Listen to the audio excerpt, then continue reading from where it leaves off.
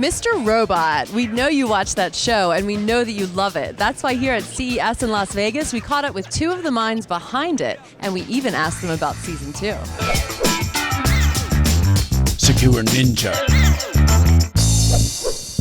I am super excited to be speaking with Kor Adana and James Plouffe. They are two of the minds behind the USA show Mr. Robot. How are you guys today? Great. Very well, thanks. Thank you. Excellent. We really enjoyed your panel, hearing, kind of behind the scenes information about the show and how it was created. There's a lot of great tech woven into the show, and a lot of it is super accurate. So we wanted to kind of speak to our cybersecurity community. First, tell us, why was it so important to you to make the show so accurate when so many Hollywood hacker shows are not? I think you just hit it with that. I think we're sick of seeing these Hollywood hacker shows and movies where you have cheesy graphics flying at you left and right, and you have a character typing furiously at a keyboard, and somehow that means he compromised the system.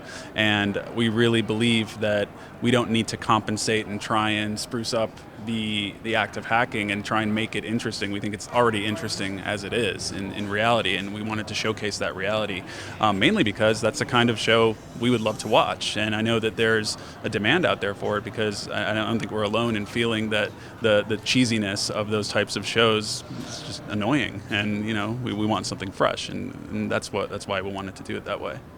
Absolutely. And how have you contributed to that as a consultant, the kind of... Well, so Kor and the other folks in the writer's room will come up with ideas for broad arcs and things that they want to do. And so my job is to say, yes, this could happen. No, that couldn't happen. This might happen, but it might be better if we did it this way. So when it comes for time for the reality check, that's kind of my role in the process. Luckily, we have a rapport and we go back, because I'll be working until 3 or 4 in the morning, and I'll call him or I'll text him and ask him a question like, hey, is this realistic? Would this work? And then he's a good sport about it, and I don't feel bad just bothering him at any hour about it, so it's great. Yes, hackers tend to stay up late, I think. Even I do. So one of the things in the show that's pretty remarkable is that you actually refer to real tools and real things that hackers use, but you don't necessarily explain to the audience what they are. What is kind of the reasoning behind that? I think as a storyteller, we don't really want to spoon feed the audience, and I think that level of interaction and laying in those layers of Easter eggs and subtext is fun. It's a lot more fun if you see something on the screen and it's not being explained, ABC, it's not being spoon-fed to you, and you recognize it, and whether you use it in your everyday life or you recognize it as a pen testing tool or even a name of the software. We've had a huge response just with the naming convention of our episodes. They're like file names, and more and more people are familiar with these types of file names and file extensions, and the episode titles are real tech terms that mean something in the tech world that you may not know, but they also thematically resonate with what's going on in the episode. An example, the 7th episode is named View Source, and View Source is a tech term to view the source code of a website, and Elliot, the way Elliot, our main character, uses it is, what if we had that for people? What if everyone, basically revealed their inner demons and their wants and desires, and you could view source on a person. So we try and make that parallel between the tech terminology and the human component of it as well. Right. Now, how does the process work? Is it okay, here's the storyline, and then we're going to decide what tools he might use? Or do you kind of say, all right, it would be kind of cool to showcase these tools, so we'll build a little bit of a story around them?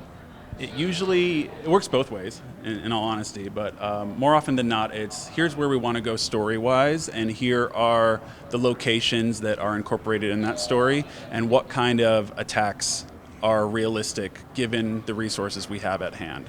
And a great example in season 1 is, okay, we have a prison break. So we would talk about it and we're like, okay, is there anything hackable about a prison? Do they have Wi-Fi? Do they have a computer that controls the vaults? What kind of computer is that? Has that been compromised before? So we'll do some research about that and explore what's the realistic way of accomplishing what we want to do in the narrative and still have it be grounded in reality, so everyone from the tech community watching can see these things on screen and get excited about it. Absolutely. And one of the great things about Mr. Robot is the feedback you've gotten from the actual hacker community. Tell me about that, and how does that make you guys feel? I it's very gratifying for me personally as a tech consultant, because I'm not like, oh, that idea I pitched them was terrible, so it's definitely good to see that. It's also interesting, it's nice because it does go both ways, right? Like, even despite the show's authenticity, it still has critics, and that's fair. It is just a story after all, but it certainly is good to see people engaging at that level and getting invested in the show enough to care about the little things like that, because, to your earlier question, right, some of those things are just little drop-ins for folks that you'll only get if you understand some of the technology underneath. They're not going to be explained for you, and so it's nice that they're drilling down far enough to really, look into those things. Right. So when War Games came out in 1983, it was kind of a big inspiration for people to get into that industry and that community. Do you think that Mr. Robot is kind of going to be the new generation show to get younger people interested in hacking? Well, personally, I hope so. I think that would be amazing, especially since I grew up loving war games. And I know we spend a lot of time bashing Hollywood movies that have to do with hacking, but War Games is one of the best ones, I think, that actually does it right. So if Mr. Robot could inspire a whole new generation of people to enter the cybersecurity field, I think that's fantastic. I think that would be extremely flattering. I think, I would echo, I think it'd definitely be great if we can get more folks interested in cybersecurity, but hopefully what it will inspire people to do actually is write better code. Because the reason a lot of these vulnerabilities exist and can be exploited is because we're just not that great at writing software, unfortunately. And so if folks sort of look at this and say, I want to do this work, maybe I don't want to be directly involved in the security community, but I want to make sure that what I produce is durable and well thought out and well built code, I think that would be just as good. Absolutely. Excellent. So one last question. Any hints for season 2? Absolutely not.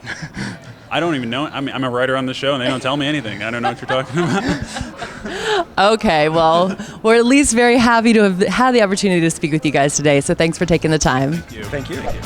So are you excited for season 2 of Mr. Robot? Because I certainly am. Make sure you subscribe to our YouTube channel and follow us on all of our social media accounts. We will be here at CES all week long covering cybersecurity in the consumer technology space. I'm Alicia Webb, and you're watching SecureNinjaTV. Thanks for watching.